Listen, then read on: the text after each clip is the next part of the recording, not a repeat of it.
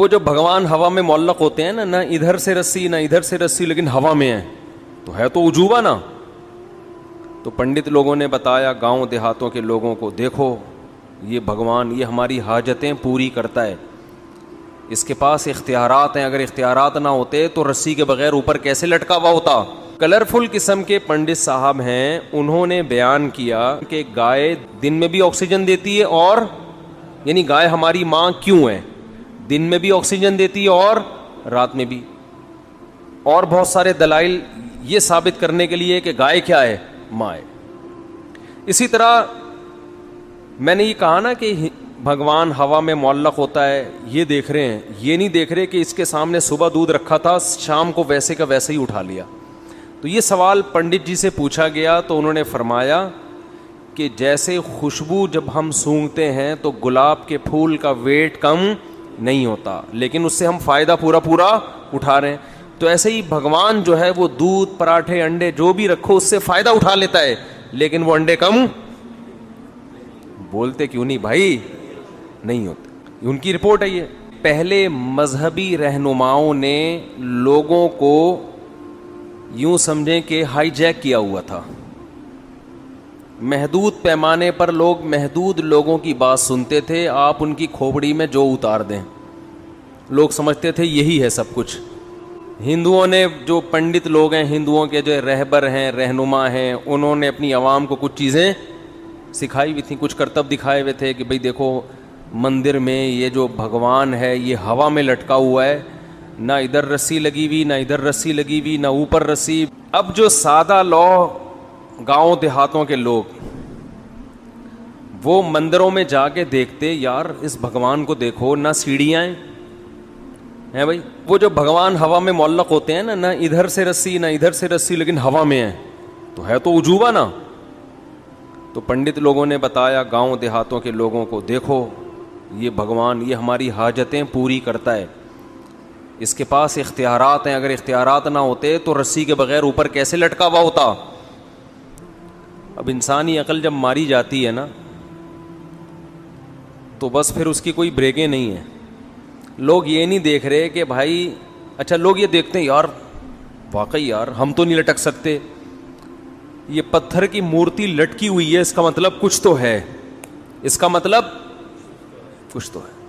اب اس سے مرادیں مانگ رہے ہیں، منتیں مانگ رہے ہیں، دودھ اس کے سامنے لا کے رکھ رہے ہیں، شام کو اٹھا کے واپس لے جا رہے ہیں. صحیح ہے نا؟ بھگوان ہلنے کا نام ٹس سے مس نہیں ہو رہا. یہ نہیں دیکھ رہے، یہ دیکھ رہے ہیں کہ اوپر لٹکا کیسے. اب یوٹیوب، سوشل میڈیا، ہر چیز اتنی عام ہو گئی ہے کہ کسی نے ایک مندر میں بھگوان کو پکڑ لیا کہ بھائی وہ میگنیٹ لگا ہوا ہے، بھگوان کے اندر کیا ہے، لوہا ہے، تو میگنیٹ سے کیا کیا ہوا ہے، وہ قابو کیا ہوا ہے نا. میگنیٹ چاروں طرف مقناطیسی لہریں ہوں تو وہ ایسے ایڈجسٹ ہو جاتی ہیں. آپ کو پتہ ہے جاپان میں جو ٹرین ہے نا 500 کلومیٹر پر آور چلتی ہے، جاپان اور فرانس میں ہے نا، نیٹ پہ سرچ کریں آ جائے گی، وہ ٹریک سے اٹھ کے چلتی ہے. سمجھ رہے ہو؟ تو جاپانی بھی یہ دعویٰ کر سکتے تھے کہ ہماری ٹرینیں بھگوان ہیں، کیونکہ وہ ٹریک پر، پٹری پر نہیں ہے، پٹری سے اوپر ہے. اب سوال پیدا تھا، اوپر نہ رسی ہے اور نیچے ٹریک بھی سے بھی اٹھی ہوئی ہیں، تو کون سی طاقت نے اٹھایا ہوا ہے؟ او بھائی کسی طاقت نے نہیں، یہ مقناطیسی لہریں یہ جیسے کھینچتی ہیں ایسے ہی دھکا بھی دیتی ہیں. یہ ہم تو بچپن میں مقناطیس سے بہت کھیلتے تھے، الٹا کر کے لگاؤ تو مقناطیس بھاگے گا، سیدھا کر کے لگاؤ تو چپکے گا. تو یہ اب یہ ٹرک مندر میں کسی نے کی ہوئی ہو، اب ایک بھی ایسی ٹرک آ جائے گی تو لوگ کیا کہیں گے، بھگوان کا سارا فلسفہ عبادت کا فنش، ختم. میں جو روحانی ٹوپی ڈراموں کے بہت خلاف ہوں نا، عامل کا لفظ میں روحانیوں کے لیے بولتا ہی نہیں، یا عامل کا لفظ ہی مجھے برا لگتا ہے، ٹوپی ڈرامہ ہی صحیح ہے ان کے لیے. روحانی ٹوپی ڈرامے ایک کام پتہ ہے کیا کرتے ہیں، آپ کو جادو ٹونے کے بہانے کہ فلاں نے جادو کیا ہوا ہے، انڈے میں سے سوئیاں نکال کے دکھائیں گے آپ کو. یہ بہت کرتے ہیں، یوٹیوب پہ یہ بھی پکڑا گیا ہے کہ یہ کیسے کرتے ہیں. آپ سرچ کریں گے، پہلے بہت مفتیوں نے الو بنائے ہیں لوگوں کو، جو اپنے نام کے ساتھ کیا لگاتے تھے، مفتی. روحانیت کے نام پہ بڑے بڑے اداروں کے بڑے بڑے بزرگوں کے خلیفاؤں نے یہ جو سوئیوں والا سیٹ اپ ہے نا, اس کے نام پہ لوگوں کو کیا بنایا ہے؟ الو. الو کا ترجمہ آپ ڈکشنری میں جا کے دیکھ لیں. اگر آپ کو وہ جیسے ایک آدمی نے 1 سال بعد کیس کیا عدالت میں کہ اس نے مجھے گینڈا کہا ہے, ایک بندے پہ کیس کیا کہ اس نے مجھے کیا کہا ہے؟ گینڈا. عدالت نے کہا کب کہا تھا؟ اس نے کہا 1 سال پہلے. اس نے کہا کیس آج کیوں کر رہے ہو بھائی؟ کہہ رہے گینڈا میں نے آج ہی دیکھا ہے, مجھے کیا پتا تھا ایسا گینڈا ہوتا. تو اس لیے ڈکشنری میں آپ الو کا لفظ سرچ کریں, پھر آپ کو پتا چلے گا. الو دیکھ کے اندازہ ہوگا کہ روحانی علاج والے آپ کو یہ بنا رہے ہیں, پھر آپ کو ان پہ کیا آئے گا؟ غصہ آئے گا, ورنہ نہیں آئے گا. تو یہ انڈے سے سوئیاں نکالنا, پتلے پہ سوئیاں نکالنا, یہ بڑی ٹرک ہوتی ہے ہاتھوں کی, یہ سب کرتے ہیں. آج یوٹیوب پہ دیکھ لیں, پڑا ہوا ہے. تو اب کیا ہے, کیونکہ اللہ نے دین کو دنیا میں غالب کرنا ہے نا, تو اب دیکھو ضرورت ایجاد کی ماں ہے. جس چیز کی ضرورت ہوتی ہے اللہ اس چیز کو پیدا کرتے ہیں. آج اگر یہ زمین کی رگوں میں پیٹرول دریافت نہ ہوتا تو انسان زندہ رہ سکتا؟ گدے گھوڑوں پہ اگر تجارت ہوتی تو کراچی کو فار ایگزامپل پتہ نہیں کتنے 1000 ٹن گندم چاہیے ہوتی, تو چائنا سے گدھے سوار ہوتے گندم لانے کے لیے. بتاؤ, پہلے تو ایسا ہی ہوتا تھا نا بھائی, شہر میں گندم ختم ہے تو وہاں سے اتنے گدھے تاجر لوگ منگوا رہے ہیں, تو اتنے گدھے ہوتے کہ گندم سے زیادہ گدھوں کی ویلیو بڑھ جاتی. گندم کے سے زیادہ کس کی ویلیو ہوتی؟ گدھوں کی. سارے گدھے لاتا. اللہ نے نظام بنایا ایک. جیسے جیسے آبادی بڑھ رہی ہے چیزیں مشکل کے بجائے اور آسان ہو رہی ہیں. حالانکہ ہونی چاہیے مشکل, لیکن ہو کیا رہی ہیں؟ آسان. پہلے تجارت مشکل, اب آسان. پہلے خوراک کا حصول مشکل, اب آسان. حالانکہ آبادی کیا ہو رہی ہے؟ بڑھ رہی. تو اللہ کا نظام ہے. تو اسی طرح پہلے آپس میں جو کمیونیکیشن کا سسٹم تھا مشکل, آبادی بڑھنے سے یہ کیا ہو گیا؟ آسان. پہلے دین کی بات دوسروں تک پہنچانا بولو مشکل, اب آسان. اب دیکھو میں اس کی ایک مثال دیتا ہوں. میں نے یہاں ایک بیان کیا تھا کہ ایک ہندو پنڈت صاحب ہیں, نیلے پیلے ہو کے آتے ہیں وہ اکثر, ان کا مذہب ہے, یہاں نیلے کچھ, یہاں کلر کچھ مختلف. ہمارے یہاں مولانا تو سیدھے سادے ہوتے ہیں نا, کوئی کلر نہیں ہوتا ان کے, ٹھیک ہے نا, جیسے ہیں ویسے ہی آ کے بیٹھ گئے. لیکن ہندوؤں میں کے جو مولانا ٹائپ کے لوگ ہوتے ہیں وہ کلرفل ہوتے ہیں, اس میں ان کا کوئی مذہب ہوگا, ہم کسی کا کی توہین نہیں کر رہے. تو مختلف قسم کے یہاں سے کلر کچھ اور ہے, یہ والا پوز, یہ والے سائڈ پہ کچھ اور کلر ہے. کلرفل قسم کے پنڈت صاحب ہیں. انہوں نے بیان کیا, میں نے فیس بک پہ سنا ان کا بیان, کہ گائے دن میں بھی آکسیجن لیتی ہے اور رات میں بھی, دن میں بھی آکسیجن دیتی ہے, اور یعنی گائے ہماری ماں کیوں ہے؟ دن میں بھی آکسیجن دیتی ہے اور رات میں بھی. اور بہت سارے دلائل یہ ثابت کرنے کے لیے کہ گائے کیا ہے؟ ماں ہے. اسی طرح میں نے یہ کہا نا کہ بھگوان ہوا میں معلق ہوتا ہے, یہ دیکھ رہے ہیں, یہ نہیں دیکھ رہے کہ اس کے سامنے صبح دودھ رکھا تھا, شام کو ویسے کا ویسے ہی اٹھا لیا. تو یہ سوال پنڈت جی سے پوچھا گیا تو انہوں نے فرمایا کہ جیسے خوشبو جب ہم سونگھتے ہیں تو گلاب کے پھول کا ویٹ کم نہیں ہوتا, لیکن اس سے ہم فائدہ پورا اٹھا رہے ہیں. تو ایسے ہی بھگوان جو ہے وہ دودھ, پراٹھے, انڈے جو بھی رکھو اس سے فائدہ اٹھا لیتا ہے, لیکن وہ انڈے کم بولتے کیوں نہیں بھائی؟ نہیں ہوتا. یہ رپورٹ ہے, ان کی رپورٹ ہے یہ. تو اس پر میں نے بھی اپنا تجزیہ کیا. بھائی جیسے وہ تجزیہ کر سکتے ہیں ہم بھی کر سکتے ہیں نا. بھائی یوٹیوب آزاد ہے, فیس بک آزاد ہے, جو بھی, بشرطے کہ وہ وائلنس ہی نہ پھیلا رہا ہو, کوئی مار دھاڑ کی باتیں نہ کر رہا ہو. تو وہ تو ہم نہیں کر رہے. ہم تو ان کا نظریہ پیش کیا, پھر اپنا نظریہ پیش کر رہے ہیں کہ بھائی سوال یہ پیدا ہوتا ہے کہ بھگوان صبح سے لے کے رات تک سونگتا ہی کیوں ہے؟ اس کو کھانے پینے سے کس چیز نے روکا ہے؟ ایک دفعہ ہماری خاطر ایک نوالا لے لے اس میں سے, ہم خوش ہو جائیں گے. چلو بھگوان تھوڑا سا تو ہلتا ہے نا. اور اگر سونگ نہیں ہے تو پنڈت جی نے جو مثال دی تھی نا گلاب کے پھول کی، وہ پھول اٹھا کے سونگ کے دکھایا تھا. بھگوان اتنا ہی کر لے کہ اٹھا کے روٹی سونگ کے واپس رکھ لے. وہ تو سونگتا بھی نہیں ہے، بیٹھا ہوا ہے بالکل. میں یعنی ادب کے دائرے میں بیٹھا ہوا ہے، ہلنے کا نام بولو نہیں. یہ تمہاری حاجات کیسے پوری کرے گا؟ قرآن کیا کہہ رہا ہے؟ یا ایھا الناس ضرب مثل فاستمعوا لہ. ہمارے حضرت جب یہ آیت تلاوت کرتے تھے نا، ایسے جوش میں ان کی آواز اونچی ہو جاتی تھی اور فرماتے تھے مجھے وجد آ رہا ہے. جوش آتا تھا حضرت کو اس آیت. ایک دفعہ حضرت کا بیان ہم لوگ لکھا کرتے تھے، تو یہ والی آیت جب ہم لکھ رہے تھے تو لکھ کے حضرت کو دکھائی. حضرت نے اس آیت کی تصحیح کریکشن کروائی نا کہ یہ یوں ہے. تو کریکشن کے وقت تو انسان کا لہجہ سیدھا سادہ ہوتا ہے نا، یعنی اس وقت تو بیان بھی نہیں کر رہا، اس آیت کی تلاوت بھی مقصد نہیں ہے. جیسے کوئی آدمی پڑھ رہا ہے قل ھو اللہ احد کو غلط پڑھے تو آپ اس کو سمجھاؤ گے بھائی قل ھو اللہ احد ہے، قل ھو اللہ وحد نہیں ہے، ایسے بتاؤ گے نا، اس میں جوش تھوڑی آئے گا آپ کو. لیکن حضرت اس آیت کی کریکشن کروا رہے تھے اور اونچی آواز ہو گئی، ٹھیک ہے نا. یا ایھا الناس ضرب مثل فاستمعوا لہ، ایک دم جوش میں آ گئے. ہم نے کہا یہ لکھوا رہے ہیں یا تقریر کر رہے ہیں؟ پھر فرمانے لگے جب یہ آیت پڑھتا ہوں تو مجھے اتنا جوش آتا ہے کہ چیخنے کا دل کرتا ہے یہ ایسی مزیدار. یا ایھا الناس، اے لوگو. دیکھو قرآن کی مثالوں میں سب سے مزیدار بات پتہ ہے کیا ہے؟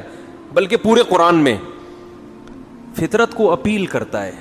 کوئی پیچیدہ باتیں بولتے کیوں نہیں. دو اور دو چار کی طرح قرآن نے لا کے نا حق اور باطل کو بیان کر دی ایسے. تبھی تو ہمیں یہ ایتھیس ویتھیس کی جو تقریر ہے نا یہ لطیفے لگتے ہیں. بتا رہا تھا کہ میڈیا کیا ہو گیا ہے، بہت تیز ہو گیا.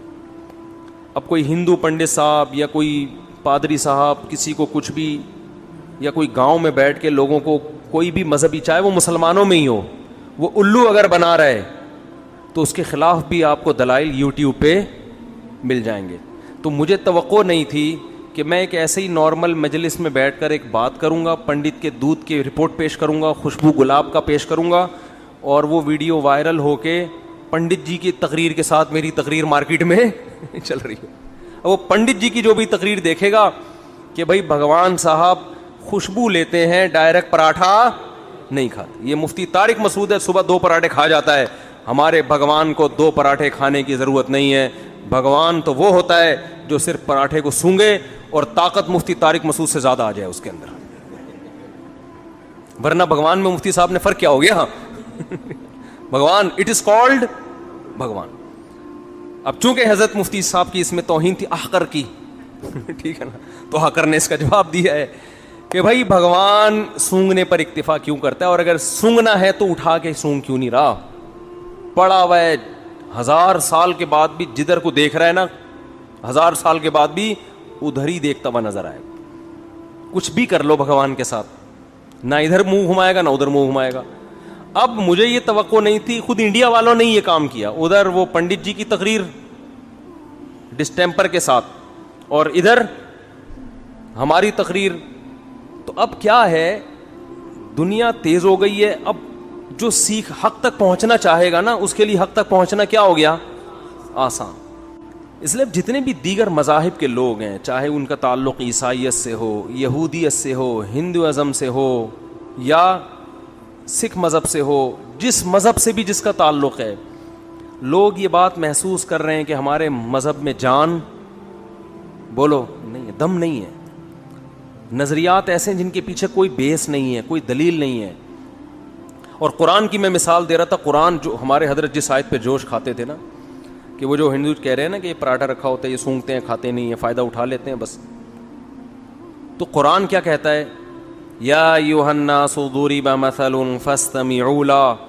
اے لوگو، اس مسلمانوں کو خطاب نہیں کیا، اے انسانوں. اس میں ہندو بھی ہیں، سکھ بھی ہیں، بدھسٹ بھی ہیں، سب ہیں.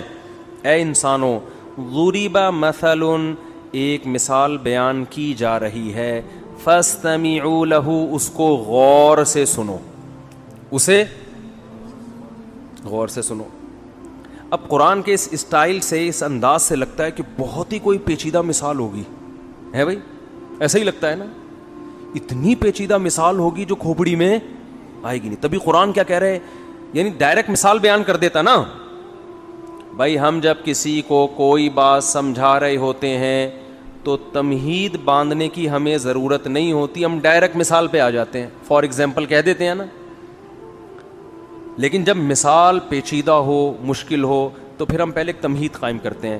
ارے بھائی ذرا رکو, میں تمہیں ایک مثال سے بات سمجھاتا ہوں. یعنی مثال دینے سے پہلے یہ جملہ لے کر آئیں گے تاکہ اس کے کان کھڑے ہو جائیں. قرآن بھی کہتا ہے یا ایھا الناس, اے لوگو, ضُرِبَ مثل, ایک مثال بیان کی جا رہی ہے. قرآن یہ نہیں کہہ رہا میں بیان کر رہا ہوں. کیوں؟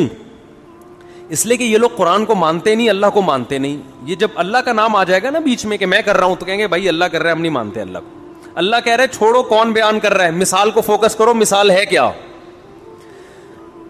سمجھ رہے ہیں؟ قرآن کہہ رہے اس کو چھوڑو, بیان کون کر رہا ہے. ضربت مثلا نہیں ہے, ضُرِبَ مثل پیسو وائس ہے, فعل مجہول ہے. ایک مثال بیان کی جا رہی ہے, چھوڑو کون بیان کر رہا ہے, اس کو مت دیکھو, کیونکہ تمہیں تو ہم سے چڑ ہے, اللہ کر رہا ہے, نبی کر رہے ہیں, تم بولا یار یہ نہیں, ہم نے چھوڑو اس کو, اس مثال کا جواب لے کر آؤ بس. مثل فاستمعوا لا, اسے غور سے سنو. ان الذین تدعون من دون اللہ, جن کو تم اللہ کے سوا پکارتے ہو, مندروں میں بیٹھے ہوئے ہو جن کے سامنے ہاتھ جوڑ کے, لن یخلقوا ذبابا, یہ سنگ دل محبوب قدموں میں لانا, یہی کام کر رہے ہوتے ہیں نا ہندو لوگ مندروں میں جا کے. آج کل تو دنیا میں اور کوئی غم ہے ہی نہیں, بس یہی دنیا میں سب سے بڑا غم رہ گیا. روٹی روزی سنگ دل محبوب, نرم دل تو کسی کا محبوب ہے ہی نہیں, سارے سنگ دل ہی ہیں. تو سنگ دل محبوب قدموں میں لانا, روٹی دلا دینا. اللہ فرماتے ہیں لن یخلقوا ذبابا, کہ یہ ہرگز ایک مکھی بھی پیدا نہیں کر سکتے, ایک مکھی پیدا کرنے پر بھی یہ قادر نہیں ہے. آگے فرمایا وَإِن يَسْلُبْهُمُ الذُّبَابُ شَيْئًا, یہ جو بھگوان پراٹھوں کی خوشبو سونگھ رہا ہے نا یہاں بیٹھ کے, خوشبو سونگھ رہا ہے, اور تم سمجھتے ہو اس میں اتنی انرجی آ جاتی ہے کہ تمہاری بگڑی بنائے گا, یہ تمہارے مسائل کہاں سے حل کرے گا. یہ جو مٹھائی اس کے سامنے تم نے رکھی ہے, مکھی اگر اس مٹھائی میں سے کچھ لے کے اڑ جائے تو یہ مکھی سے وہ مٹھائی چھڑوا نہیں سکتے. جو بھگوان مکھی سے مٹھائی نہ چھڑا سکے, وہ جیل سے پولیس سے تمہارا قیدی کہاں سے چھڑائے گا. وہ اس لیے بھی جا رہے ہوتے ہیں ہمارا بھائی جیل میں چلا گیا ہے, پولیس والوں سے بھگوان ہمارے بھائی کو بولو بچا لو. کانسیپٹ ہے بھائی, ہم کسی کا, ہمارا ایک نظریہ, ہم اس کو پیش کر رہے ہیں نا. قرآن کی آیت ہے یہ.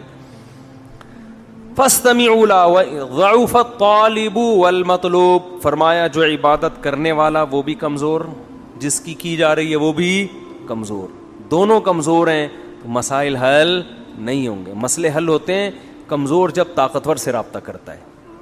اس پہ جو یہاں تک تو ہندوؤں کا مسئلہ حل ہو گیا, اس پہ لبرل لوگ آگے آ جاتے ہیں, کہتے ہیں اچھا وہ لبرل لوگ جو ہے نا, جو ایتھیسٹ قسم کے, جو لبرلزم میں انتہا کو پہنچے ہوئے ہیں, وہ پھر یہاں کے مسئلہ کھڑا کرتے ہیں. کہتے ہیں جو اعتراض ہندوؤں پہ ہوتا ہے, ہندوؤں کے بھگوان پہ, وہی اعتراض ہمیں مسلمانوں کے بولو خدا پر بھی ہوتا ہے. آپ کہہ رہے ہو کہ دونوں کمزور, دونوں بگڑی نہیں بناتے, تو تمہارا خدا کون سا تمہاری مدد کرتا ہے؟ خدا کو بولو یہ کر دے, کرے گا؟ ہے بھائی؟ ابے کیا ہو گیا؟ وہ کہتے ہیں اچھا ٹھیک ہے, پھر تم خدا سے بولو نا یہ کر دے, یہ کر دے, یوں کر دے, فلاں کر, تو ہو رہا ہوتا ہے.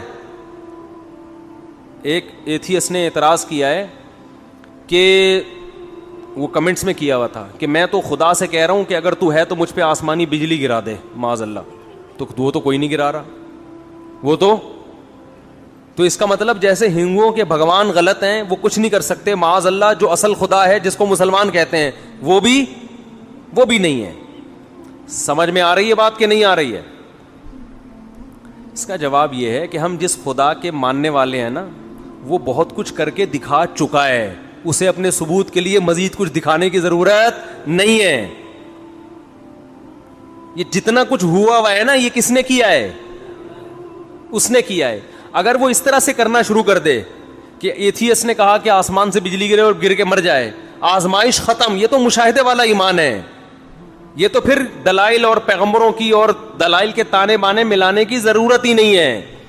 آپ نے کہا اللہ مجھے روٹی چاہیے, روٹی آ گئی سامنے, پھر یہ میں ممبر پہ کیوں بیٹھا ہوں, یہاں پہ پیغمبر کیوں آ رہے ہیں, قرآن کیوں نازل ہو رہا ہے, یہ تو پھر سارے ایمان لے آئیں گے. تبھی قرآن کیا کہتا ہے, جب ہم اپنی بڑی نشانی دکھاتے ہیں تو پھر ایمان قبول نہیں کرتے. جو نشانیاں ہیں انہی کو دیکھ کر ایمان لے کر آؤ. اس کی دلیل کہ یہ کام خدا کرتا ہے. دیکھو جب کوئی کام ہوتا ہے تو کام ہونے والا, کام کرنے والا اگر دو ہیں, دیکھو ایک کام دنیا میں ہوا, کہیں بھی ہوا, مثال کے طور پر ایک گڑھا کھودا ہوا ہے, یہ کام ہے نا.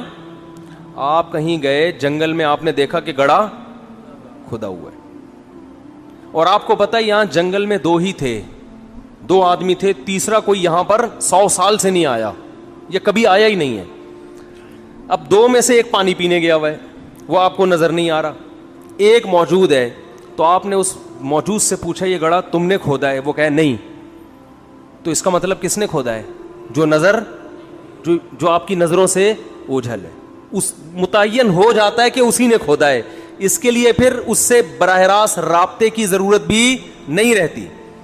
ایتھیس کیا کہتے ہیں کہ چونکہ اب دیکھو دنیا میں بہت گڑھے کھدنے سے زیادہ عجیب عجیب کام ہو رہے, پوری زمین بن گئی, پورا سورج بن گیا اتنا بڑا, پورا انسان بن کے ماں کے پیٹ سے باہر آ گیا, ماں کی چھاتیوں میں دودھ پیدا ہو گیا اور بچہ ماں کی چھاتیوں سے لپک کے دودھ پی رہا ہے. تو ہمیں اپنے جو خدا ہے نا اس کے کہ وہ کارساز ہے, وہ کام بناتا ہے, اس کے لیے اس کے مزید کاموں کے ثبوت کی ضرورت نہیں ہے. اتنے کام اس نے کر کے دکھا دیے ہیں کہ وہ تبھی قرآن اپنے کام جو اللہ نے کیے ہیں نا انہیں نشانیوں کے طور پہ دکھاتا ہے. ان فی خلق السماوات والارض واختلاف اللیل والنہار لآیات لأولی الالباب. اگر کوئی ہندو ہم سے پوچھے کہ ہمارا بھگوان کچھ نہیں کر پاتا, تمہارا کیا کرتا ہے, ہم کہیں گے جو کچھ کیا ہے کس نے کیا ہے, ہمارے والے نے کیا ہے, کیونکہ ہم نے تو نہیں کیا اور دوسری کوئی مخلوق ہے بھی نہیں جو کرنے والی. تو کس پر کون کر رہا ہے پھر, وہ خدا ہے جو ہمیں نظر نہیں آتا, جس نے کتابیں نازل کی, جس نے پیغمبروں کو بھیج کے اپنا تعارف کروایا. تو اتنا کچھ کر چکا ہے, اس نے مور بنایا, اس نے خربوزے بنائے, اس نے انسانوں کو بنایا, آنکھ, الم نجعل لہ عینین. قرآن کہہ رہا ہے کہ ہندو تم سے پوچھے کہ تمہارے بھگوان نے کیا کیا, تو اس کو بولو الم نجعل لہ عینین, کیا میں نے تیری دو آنکھیں نہیں بنائی, ولسانا وشفتین, یہ زبان جس سے تو بول رہا ہے چکھ رہا ہے یہ میں نے نہیں بنائی, تو کس نے بنائی ہے, یہ خود بخود بن گئی. وشفتین, ہونٹ, یہ کس نے بنایا ہے, کیا ایسی ایڈجسٹمنٹ ہے.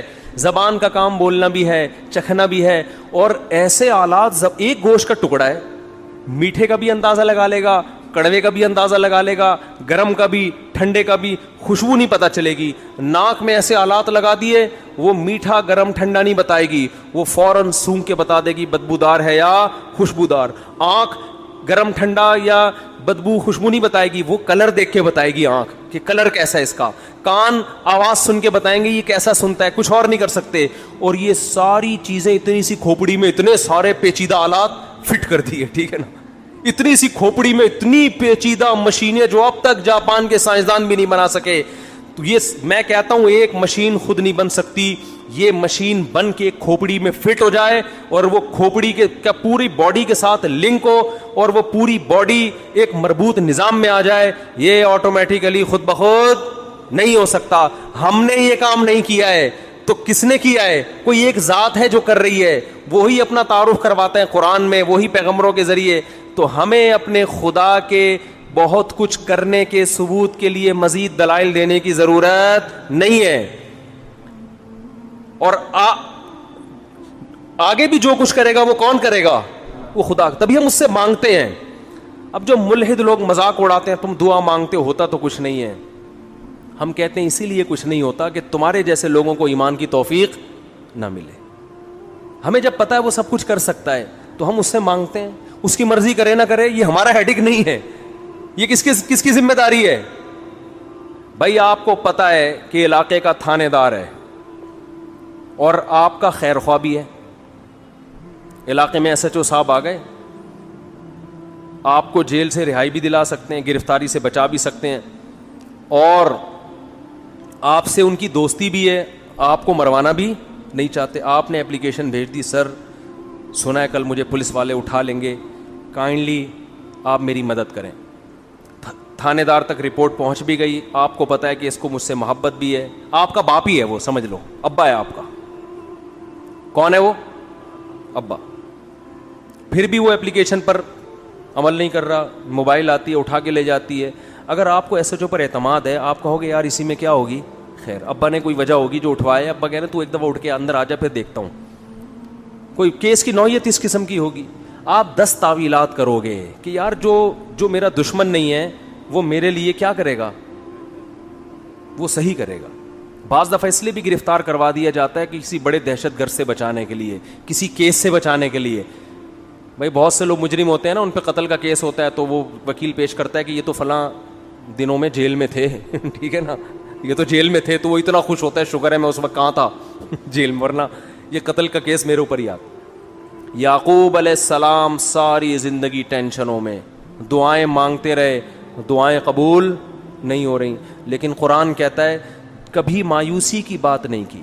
جب بھی ان کے بچوں نے کہا ابا آپ کو ابھی تک یوسف یاد ہے, انہوں نے فرمایا اعلم من اللہ ما لا تعلمون, میں اللہ کے بارے میں وہ کچھ جانتا ہوں جو تم نہیں جانتے. تو جب کوئی ملحد ہم پر اعتراض کرتا ہے تم دعاؤں کے لیے ہاتھ اٹھاتے ہو, ہوتا تو کچھ نہیں ہے. ہم اس سے کہتے ہیں ہم اپنے اللہ کے بارے میں جو کچھ جانتے ہیں وہ تم نہیں جانتے. تم اس اللہ سے لو لگاؤ, تمہیں پتہ چلے گا بہت کچھ ہوتا ہے, بہت کچھ ہوتا ہے. تسلی ہو جاتی ہے, ہم نے اپنی گوٹ اللہ کے حوالے کر دی ہے, صحیح ہے نا, اپنی فائل کہاں داخل کر دی ہے. اب جو ہوگا کیا ہوگا, اچھا ہوگا, برا بھی اچھا ہے. اب اس لیے کہ یہ دنیا تو اصل ہے ہی نہیں, یہ اصل ہے ہی نہیں. یہ اصل ہوتی تو بھائی یہاں تو کرپٹ لوگ ترقی کر جاتے ہیں, ایماندار پس جاتے ہیں. ہم تو دیکھ رہے ہیں یہاں تو ہم کسی غریب کو بھی کھلاتے ہیں تو ہمارے پیغمبر نے, اسلام نے ہمیں بتایا کہ آدھی کھجور کا ٹکڑا اگر خدا کو خوش کرنے کے لیے دو گے یہ بھی خدا کے غضب کو ٹھنڈا کرے گا. بتاؤ آدھی کھجور کسی کو نظر آتا ہے کسی کو دے رہے ہو اور آپ, لیکن یہ اللہ کے غضب کو کیا کر دے گا, یہ کھجور یہ ٹھنڈا کر دے گا. دنیا میں تو کچھ بھی نہیں ہو رہا, نہ واہ واہ ہو رہی ہے نہ کوئی تعریفیں ہو رہی ہیں. تو میں یہ کر رہا تھا کہ 2 ہی چیزیں پھیلنے والی ہیں. دوسرے مذاہب سے لوگ پیچھے ہٹ رہے ہیں, ان میں جان نہیں ہے, کوئی طریقہ حیات ہی نہیں ہے ان کے پاس, نا کوئی قانون ہی نہیں ہے, کوئی حلال و حرام کا سیٹ اپ ہی نہیں ہے. یہ کس کے پاس ہے, مسلمانوں کے. تبھی جتنے ایتھیسٹ ہیں وہ ہندوازم کے خلاف تقریریں نہیں کرتے, حالانکہ وہ تو ہزاروں بھگوانوں کے قائل ہے نا. ابے بھائی جو ایک خدا کو نہیں مان رہا وہ ہزاروں کو کہاں سے مانے گا. لیکن آپ کو ملحدین کی تقریریں ہندو پنڈتوں کے خلاف, بولو نا یار کیا ہو گیا, نہیں ملیں گی, نہیں ملیں گی. آپ سکھوں کے خلاف نہیں ملیں گی آپ کو ان کی تقریریں. مسلمان علماء مولویوں کے خلاف بہت, یہ مولوی ہے, یہ مولوی. ابے مولوی اور پنڈت کو بٹھاؤ تو تمہیں لگے گا یار پنڈت سے تو پھر بھی بہت اچھے ہیں, ڈریسنگ سے ہی پتہ چل جائے گا. ان کا اپنا مذہب ہے, میں کسی کا مذاق نہیں اڑا رہا, لیکن جو لبرل لوگ ہیں وہ پھر بھی کسی حد تک مولانا کی ڈریسنگ اختیار کرنے کو تیار ہوں گے.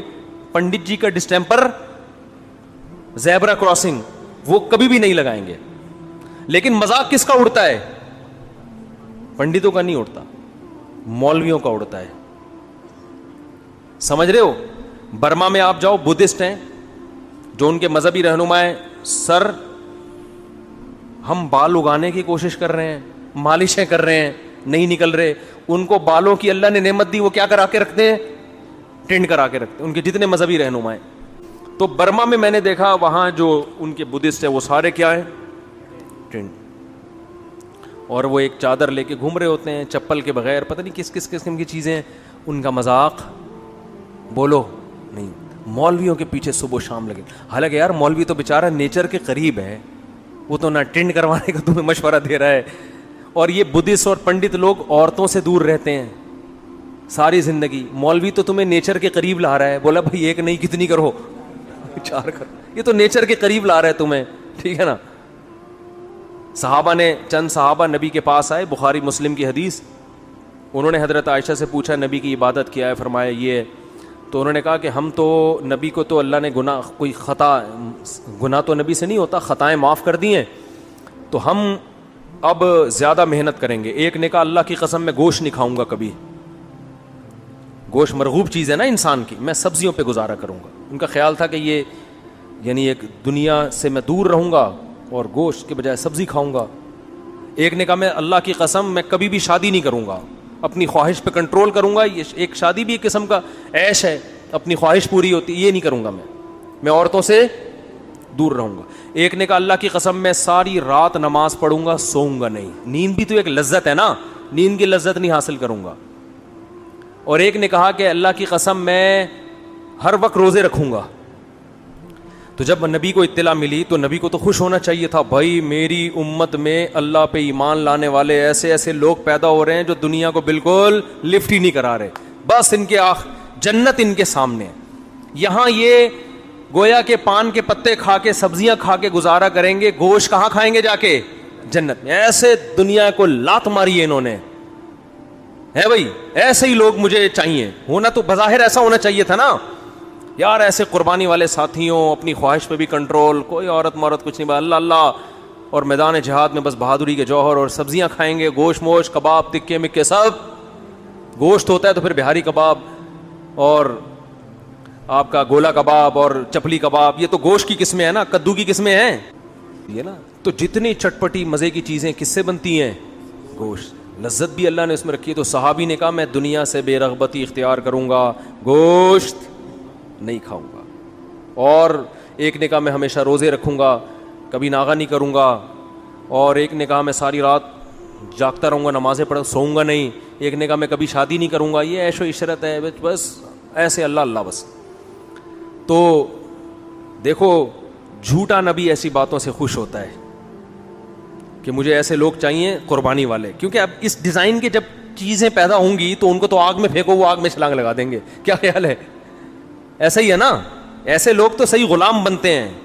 لیکن ہمارے نبی چونکہ نیچر سکھانے آئے تھے, اسلام دین فطرت ہے, فطرت کا دوسرا نام ہے, اس لیے نبی نے ان کو اپریشیٹ نہیں کیا بلکہ تنبیہ کی.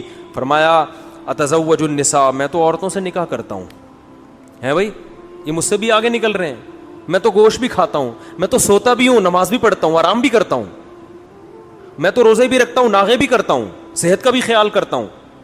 پھر ایسے موقع پہ آپ نے فرمایا مر رغب عن سنتی فلیس منی, جو میرے طریقے سے ہٹ کے چلے گا وہ مجھ سے بولو نہیں ہے, وہ کسی اور مذہب کو فالو, وہ اسلام نہیں ہے, اسلام نہیں ہے یہ. جلدی سے بات کو سمیٹ کے ختم کرتا ہوں کہ بات چل رہی تھی کہ رسول اللہ صلی اللہ علیہ وسلم نے ان صحابہ کو اعتدال کی ترغیب دی. یہ اصل اسلام ہے. نیچر نیچر نیچر نیچر کو فوکس کر رہا ہے, نیچر سے آپ کو ہٹا نہیں رہا. جبکہ جو الحاد والے لوگ ہیں وہ آپ کو نیچر سے ہٹا رہے ہیں, وہ مرد اور عورت کا فرق ختم کر رہے ہیں. یعنی عورت کیوں پردہ کرے, مرد کیوں نہیں کرے. تو ابے بھائی عورت الگ چیز ہے, آدمی الگ چیز ہے, قدرت نے بنایا ان کو الگ الگ. کہتے ہیں عورت پہ عدت کیوں ہے, مردوں پہ عدت کیوں نہیں ہے. او بھائی بچہ عورت پیدا کرتی ہے, آدمی تھوڑی پیدا کرتا ہے. ان کا بس چلے تو یہ آسمان پہ جا کے خدا سے پوچھیں کہ عورت کیوں دودھ پلاتی ہے بچوں کو, آدمی کیوں نہیں پلاتا. ٹھیک ہے نا, یہ تو قدرت نے فرق جب رکھا ہے تو شریعت کے حکام میں بھی کیا ہوگا, فرق ہوگا. ایک جیسے حکام لبرل لوگوں کے ہاں مرد اور عورت کے لیے ایک جیسے حکام ہے, اسلام میں نہیں ایک جیسے, کیونکہ وہ ہے نہیں ایک جیسے. تو کیسے ہو سکتے ہیں بھائی ایک جیسے حکام, دونوں کی نیچر الگ, دونوں کی فطرت الگ. تو میں جو بس یہ آیت کا ترجمہ کر کے بیان ختم کرتا ہوں. قرآن کہہ رہا ہے کہ جب دلائل کی دنیا میں یہ ہار گئے تو اے محمد صلی اللہ علیہ وسلم یہ آپ کو اپنی نظروں سے گرانے کی کوشش کریں گے, اور گرانے کے لیے الزام کیا لگائیں گے, وہی الزام جو آج کے ملحد مولویوں پہ لگاتے ہیں, کیونکہ اس کے علاوہ اور کوئی الزام ان کی کھوپڑی میں بیٹھتا نہیں. وہ کیا انہو مجنون, نبی کو آخر میں کیا کہیں گے, یہ دیوانے ہو گئے ہیں. سمجھ میں آ رہی ہے بات, یہ کیا ہو گئے ہیں, مجنون ہو گئے ہیں, دیوانے ہو گئے ہیں. تو مولویوں کو بھی لوگ کہتے ہیں یہ پاگل ہے. یہ کیا ہے, پاگل ہے, یہ لوگ بولتے ہیں.